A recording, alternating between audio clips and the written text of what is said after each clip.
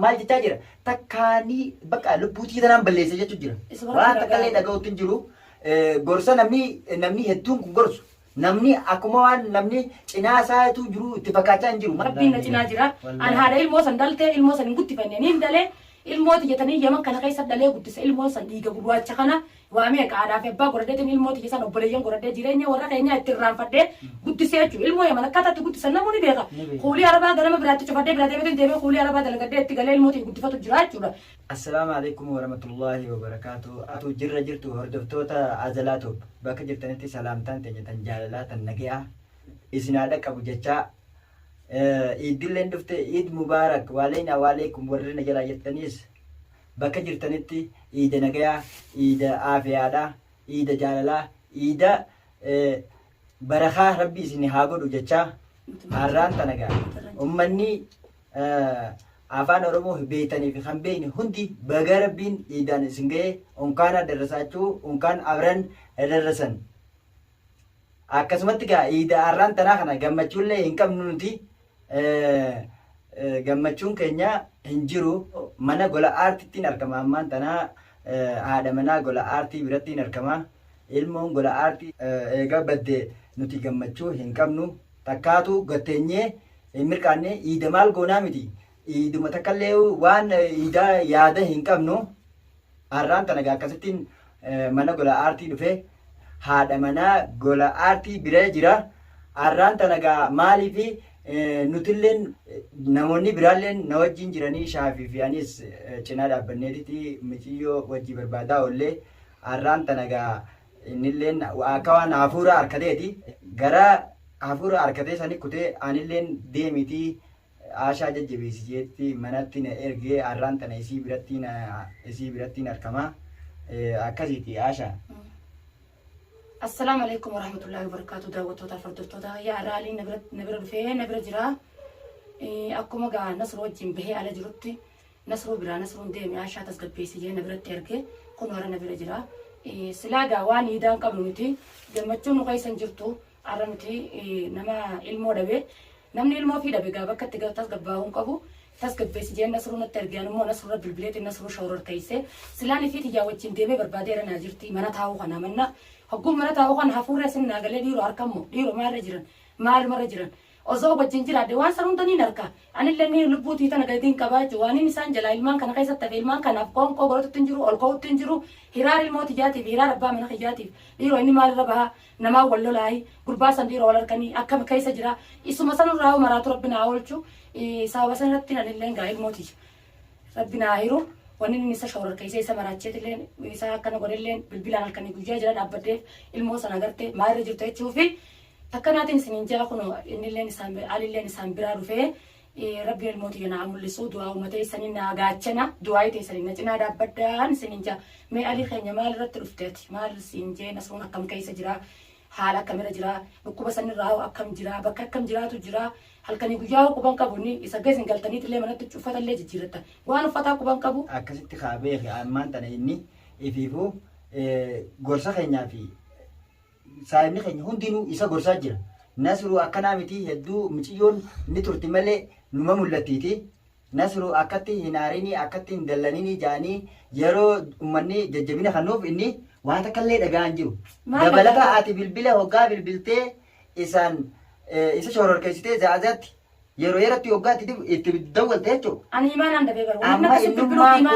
maal jechaa jira takkaanii bakka lubbuutii tanaan balleessa jechuudha jira waan takkallee dhaga'uutti hin jiru gorsa namni hedduun kun gorsu namni akkuma waan namni cinaa isaatu jiru itti fakkaachaa hin jiru maaliif sababni ati tana bilbilaanillee miciyyoon tiyya maal jettee cinqoo hin qabdu isa. Anillee wanni akkasitti bilbilaan isa baraachee.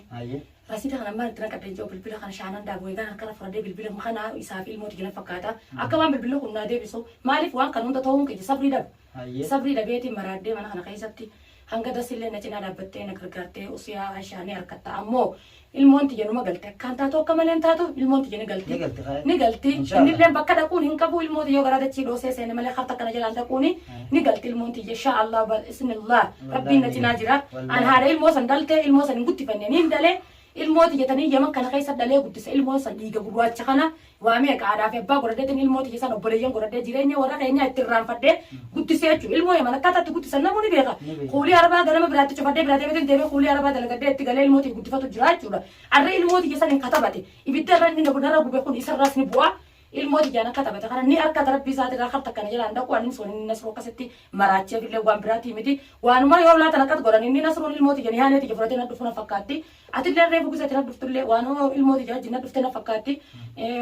jette oromoon manamni adurreedha antuutaa ittee mitire qala'u yoo jaan illee ilmooti jaan fakkaatti saniifin tasgabbii dhabee maraadee anaalee ilmooti mana kana keessatti akkan taane ta'uu jira ammoo nuti alhamdulillaahi hordoftoota keenya nu cinaa dhaabbataniitu bas kalaas waan biraa takkan qabu du'aa hordoftoota kiyyaatii fi rabbii haaliqa malee inni isaanummaan na cinaa dhaabbatanii ilmooti rabbi nagaa natti haa deebisu nasrullee rabbiin fayyame natti haa deebisu munkii waan nyaatee dhuguu natti fakkaatutu hin jiru jechuudha nasru ati kabraa dhufte kana nyaanni itti tolaan jiru gubbaarraan hoggaa ati itti dawwaltee qalbii caba keetii fi muciyyoo naafiti jettee itti alaalaltee jechuudha daranuutu inninuu maal ta'a keessaa utaalu jira jechoota namni bira jiru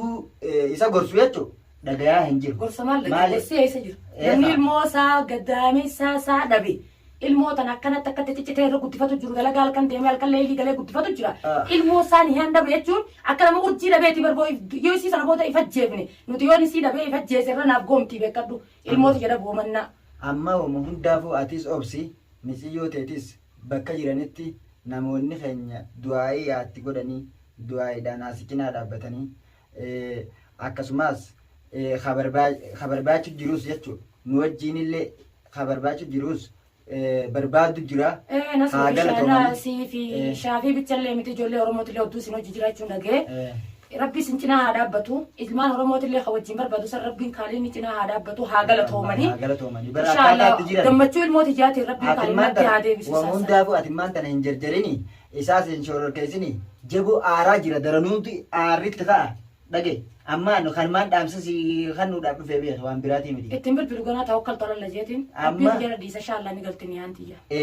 inshallah iida asumatti si goote yaa booyti ilmoo dhabuu waan taatu guyyaa tokkoofillee ala bultee barmiciyyoon tun arruma galti boruma galti osuma jee ollaan eeguuti angana ala eegu jirti ala miti makriba booda takkaa ilmooti jaalan ta'e takkaa laaf ilmooti jaa gargar baanee kophaa bulleen beeknu arrammoo namtichi akkana ilmooti jaa wajjin gargar na baase kun ni harkataa ilmooti rabbi nagaa maran bar kun abaarsa fudhate bar kun ganaa bar araarama rabbiin kan nuufi bar maaliifi ilmoon dhiigaa ilmoo tana nama jaraa fuudhu jechuun waan hammana jedhamee lakkaa'amuu miti ati ma kanaafuu isatti sin bilbilin bilbilu kana rabbi ka tala le rabbu makhari ka rattin disa duain isa bilbilullee ni bilbilta isa jirtaa fi akkamirra jirtanillee numa yettaani akka duraanii sanitti itti boochee itti hiraartee wanni godhin shoorarkaa guddoo keessa ififuu hin naqiniiti akkuma inni irra gaheen gaafadhee bilbilees malee akkasitti itti maraachuu isuma rabbi fayyaanis mana taa'ee deebisu ilmoo isaati wajji gammachuu rabbi nyaata nyaachuu jira si fakkaachuu jirti maal nyaata aboo nyaadhu aboo nyaata maaliin nyaadha jeetuma yoo fedhees dhiisee kaabee amma wajjumaan hanga deddeemu jiru kana wajjumaan nyaata nyaachuu jirra dirqiidhaan fa'aa inaariin isaa miti anta mana jirtu qoonqoo takkaa ibiddirachi haa ilmaan kanaafuu godheen beekamu shubbuuti jedhiisi wallaaleetiin maraaddee haala maraaturraan jira mana kana keessatti yaaboo miciyyoon gar tokkollee hin dhayitu dhageessanii atis ta'e isaanis akka maal jechuu jiran miciyyoon tun gar tokko hin dhayituuti turti malee numa baatiin jechuun jiran nasru wajjinis ijoolleen hedduu jira ana qofa osoo hin ta'in shaafii qofa osoo hin ta'in bar ijoolleen hedduu jira ijoolleen namoota laanoo kana geellan cinaa dhaabbachuudha nasruu wajjiin dhaabbachuu kan inni beeku sodduudha saniif hojii barbaadu jiran hojii barbaadu jiranii hin hiraarinaa isinii sammuun irra isin dhukkubdi tun hin fayyitu beeki akka maleetti yoo isin dhukkubdi guyyaa tokko yoo maraatte guyyaa laalama fakkeenyaaf guyyaa tokko yoo maraatte maraatu san miciyoo mul'atus kan mazalaa lamsii taati obsaan bakka jirutti namulleen du'aa yaasii godhu inshaallah akkasitti hordoftoota keenya irra deebinee iidda nagayaa iidda jaalalaa iidda bashannanaa gaanuti hiraara jirra ammaan tana waan faafaa jennee kokofallee akkasitti iidda isin gaafannu hin qabnu arraan tana bar tasumaan kaameeraa kaayadhe malee viidiyoo tanallee maaliifi erga nasruun asitti na erge viidiyoo tana sanumaafin kaayyadhe malee kaayyachuullee hin feene maaliifi gadda keessa jirraa gammachuu hin qabnu dhiigaa taatu as deemti arraan tana guyyaa bashannanaan hoflaaf gammachuudhaan seeqachuudhaan haasawani malee guyyaa gaddaati miti gadditi gaa bakka itti namatti dhuftu hin beekanii rabbumaa beeka akkasiiti saniifin arra gadda keenya kana sila gammachuudhaan haasoo qabne jechaa akkasitti viidiyoo tana isiniif marreeti viidiyoo gammachuutiif rabbiin inshaallah ta'ala arraan tana akkanatti nu hambisu inshaallah tunkuttee taan dhufti yeroon bakka takkan teessu barrii bakka takkan taa'u baraa fi firgugee akkuma dhuftetti gajjaanii dabarsanii jettee makmaaktee Oromoon sanumaafuu kaatunis ni dabartituunis ganaadha inshaallah gammachuudhaan hamma walitti deebinu viidiyoo biraatiin viidiyoo bareedduudhaan hamma walitti deebinutti inshaallah khayrii hanga agarrutti nagaan